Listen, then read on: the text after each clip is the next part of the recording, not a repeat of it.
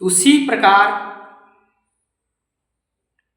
प्रकार वैकारिक आदि भेद से तीन प्रकार का अहंकार देह, इंद्रिय और मन में ऐसित अपने प्रतिबिंबों से लक्षित होता है और फिर सत परमात्मा के प्रतिबिंब युक्त उस अहंकार के द्वारा सत्य ज्ञान स्वरूप परमात्मा का दर्शन होता है, जो सुषुप्ति के समय निद्रा से शब्द आदि भूत सूक्ष्म इंद्रिय और मन बुद्धि आदि के अव्याकृति में लीन हो जाने पर स्वयं जागता रहता है और श्रोता अहंकार शून्य है। मन्यमानस्तदा आत्मानमनष्टो नष्टवनामृषा नष्टयंकर्णे दृष्टा नष्टवीतैवातुर एवं प्रत्ययवामृषया सावात्मनः प्रतिपद्यते सहंकारस्य द्रव्यस्य यो अवस्थानमनुग्रह।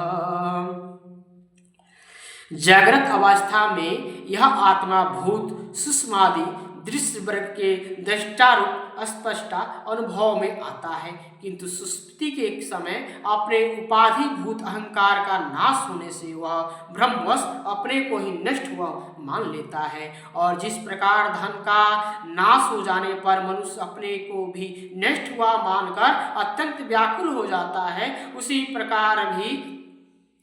प्रकार वह भी अत्यंत विवश होकर नष्ट हो जाता है। माताजी, इन सब बातों का मनन करके विवेक पुरुष अपने आत्मा का अनुभव कर लेता है, जो अहंकार के सहित संपूर्ण तत्वों का अधिष्ठान और प्रकाशक है।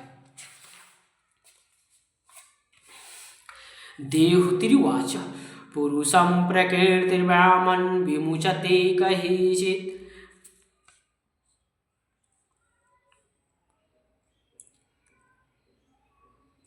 अन्योनाय प्राशयत्वा च नित्यतावादनयो प्रभु। देवती ने पूछा, देवती कपिल मुनि की माँ थी। उनका शादी जय श्री राम प्रभु, देवती ने पूछा, प्रभु पुरुष और प्रकृति दोनों ही नित्य और एक दूसरे के आश्रय से रहने वाले हैं, इसलिए प्रकृति तो पुरुष को कभी छोड़ ही नहीं सकती। यथा गंधस्य भूमे च न भाव व्यतिरेकत आपारसस्य च यथा तथा बुधे परस्य च।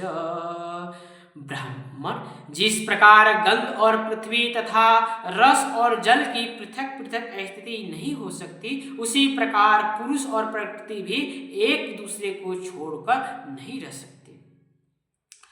अकर्तु कर्म बंधो अयं पुरुषस्य यदाश्रय गुणेषु सतस्सु प्रकृते केवल्यते स्वतः कथम्। अतः जिनके आश्रय से अकर्ता पुरुष को यह क्रम बंधन प्राप्त हुआ है, उन प्रकृति के गुणों के रहते हुए उसे केवल पद कैसे प्राप्त होगा। कवचित तवामवसेन निर्वृत भय मूलबरम् अनिवृत्त निमित्तत्वान् पुनः प्रत्यवतिष्ठते। यदि तत्वों का विचार करने से कभी यह संसार बंधन का तीव्र भय निवृत्त हो भी जाए, तो भी उसके निमित्त भूत प्राकृत गुणों का अभाव न होने से यह भय फिर उपस्थित हो सकता है। श्री भगवान वाचा अनिमित निमितेन स्वधर्मे रामात्मना तिवार्यामयि भक्ताया च श्रुत संभृताय चिरम्। श्री भगवान ने कहा, माताजी, जिस प्रकार अग्नि का उत्पत्ति स्थान अरणि अपने से ही उत्पन्न अग्नि से जल कर भस्म हो जाता है, उसी प्रकार निष्काम भाव से किए हुए स्वधर्म पालन द्वारा अंतःकरण शुद्ध होने से बहुत समय तक भगवत कथा का सुनन द्वारा पुष्ट हुई मेरी तीव्र भक्ति से तत्व साक्षात्कार करने वाले ज्ञान से, प्रबल वैराग्य से, वर्ता नियम आदि के सहित किए हुए ध्यानाभ्यास और चित्त की प्रगाढ़ एकाग्रता से पुरुष की प्रकृति अविद्या दिन रात क्षीण होती हुई धीरे धीरे लीन हो जाती है। अनिमिते निमितेन स्वधर्मिर्मालक्मना दिव्यामयी भक्तया च स्तुत संभृताय चिरम् ज्ञाने दृष्टतत्त्वेन वैरागेण बलीयसा तपोयुक्तेन योगेन तीव्रेत्मा समाधिना प्रकृतिपूरस्येहदमानात्वनिर्शनम् तिरोभावित्र सनकैरगणे योनिवारणी भोक्तभोगा प्रकृति परित्यक्ता दृष्टदोषा च नित्यस निस्वरस्याशुभं धते स्वयमहिमानि एति तस्य च। फिर नित्य प्रति दोष दिखने से भोग कर त्यागी हुई वह प्रकृति अपने स्वरूप में स्थित और स्वतंत्र बंधन मुक्त हुए उस पुरुष का कुछ भी नहीं बिगाड़ सकती। यथाहं प्रतिबुधस्य प्रस्वापौ ब्रन्थभृत स एवं प्रतिबुधस्य न वे मोहाय कल्पते। जैसे सोए हुए पुरुष को स्वप्न में कितने ही अनाथों का अनुभव करना पड़ता है, किंतु जग पड़ने पर उसे उन स्वप्न के अनुभवों से किसी प्रकार का मोह नहीं होता। एवं विदितत्वस्य प्रकृतिमयी मानसं युज्यतो नापकुरुत आत्मारामस्य कहिचित्।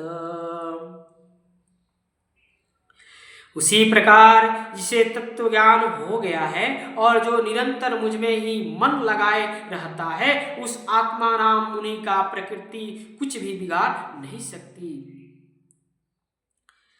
यदेवमध्यात्मरतः कालेन बहुजन्मना सर्वत्र जाते वैरागे अबभुवान मुनि। जब मनुष्य अनेकों जन्मों में बहुत समय तक इस प्रकार आत्मचिंतन में ही निमग्न रहता है, तब उसे ब्रह्मलोक प्रेम सभी प्रकार के भोगों से वैराग हो जाता है। मदभक्त प्रतिबोधतो मत प्रसादेन भूयसा निःश्रेयसं स्वस्थानं केवलख्यानं मदाश्रयम्। मेरा वह धैर्यवान भक्त मेरी ही महती कृपा से तत्वज्ञान प्राप्त करके आत्म अनुभव के द्वारा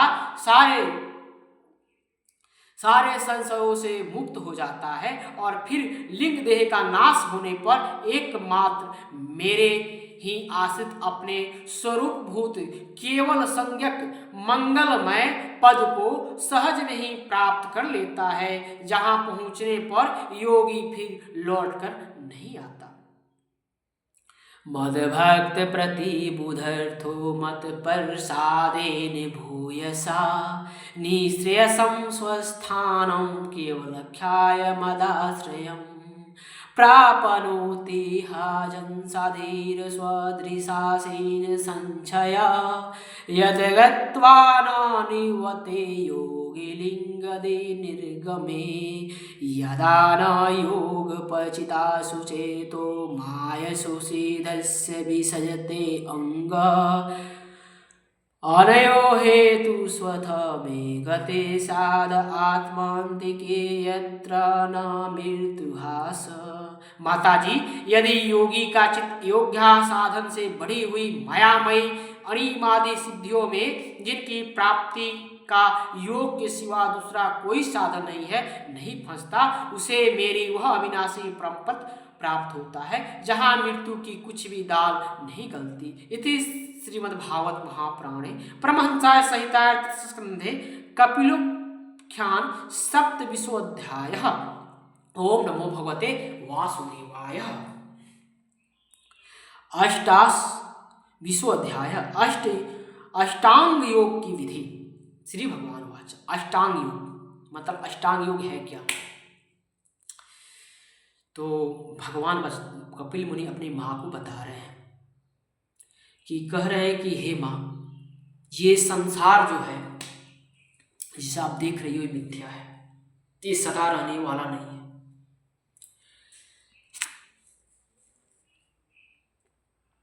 और ये संसार प्रकृति से जुड़ा है, इसे आत्मा से कोई मतलब नहीं है।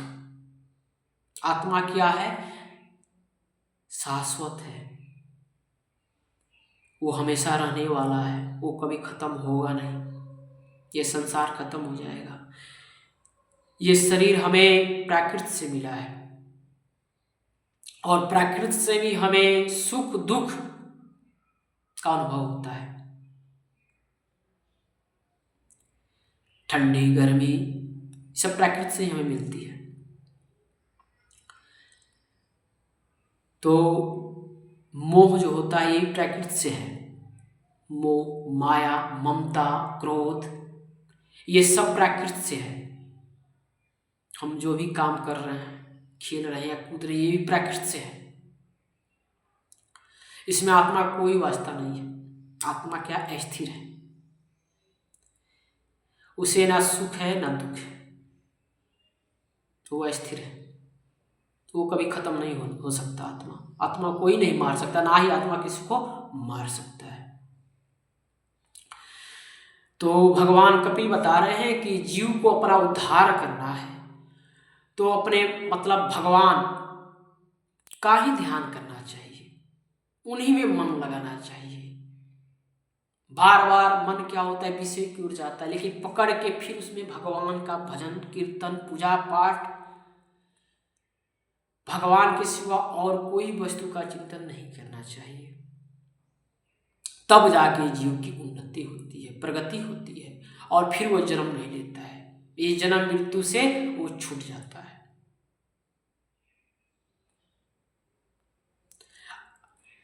तो इसको कैसे अपने बस में किया जाए, उसी के बारे में अष्टांग योग की विधि कपिल मुनि भगवान बता रहे हैं।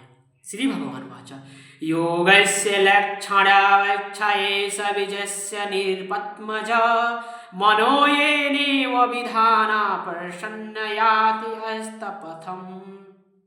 कपिल भगवान कहते हैं, माता जी अब मैं तुम्हें सबीज ध्येय स्वरूप के आलम्ब से युक्त योग का लक्षण बताता हूँ, जिसके द्वारा चित्त शुद्ध एवं प्रसन्न होकर परमात्मा के मार्ग में प्रवृत्त हो जाता है। स्वधर्मचरणासक्तया विधर्मच्च निर्वतम् देवालब्धेन संतोष आत्मविचारणम्। यथाशक्ति शास्त्र विहित स्वधर्म का पालन करना तथा शास्त्र विरुद्ध आचरण का परित्याग करना, प्रारब्ध के अनुसार जो कुछ मिल जाए उसी में संतुष्ट रहना, आत्मज्ञानियों के चरणों की पूजा करना।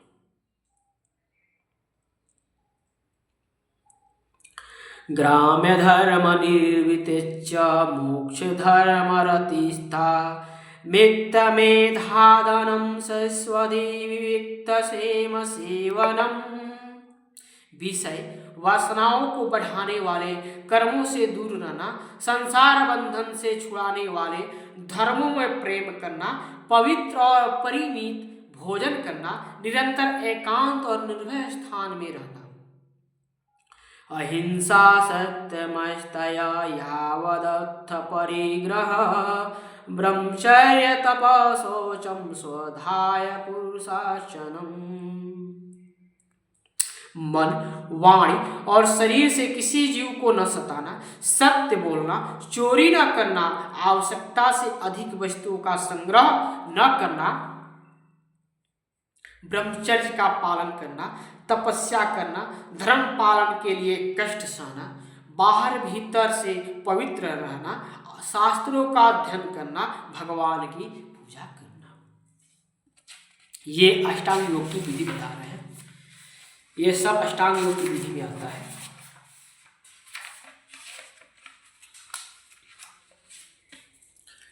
मौन सदा असजन संस्थया प्राजय सने प्रत्याचारेन्द्रियाणा विषमान मानसा हृदय। वाणी का संयम करना, उत्तम आसनों का अभ्यास करके स्थिरता पूर्वक बैठना, धीरे धीरे प्राणायाम के द्वारा श्वास को जीतना, इंद्रियों को मन के द्वारा विषयों से हटाकर अपने हृदय में ले जाना। इंद्रियों को, इंद्रियां 5 होती कि 6 होती है। जैसे इंद्रियां कहते हैं, इंद्रियों आँख ये 2 हो गया, नाक 1 हो गया, मुंह 3, 4, 5, ठीक है, हाथ पैर, 2 हाथ 2 पैर, कितने हो गए?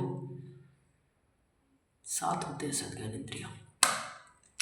इनको मन के द्वारा विषयों से हटाकर अपने हृदय में ले जाना।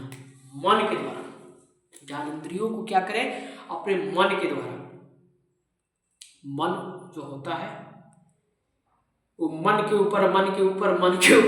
ऊपर होता ही रहता है। तो एक मन में सबसे पहले भक्ति को पैदा, मतलब मन भक्ति ही है, और मतलब मन में कई तरह के मन है। मन की कोई भी आज से इसी तरह इतना ही।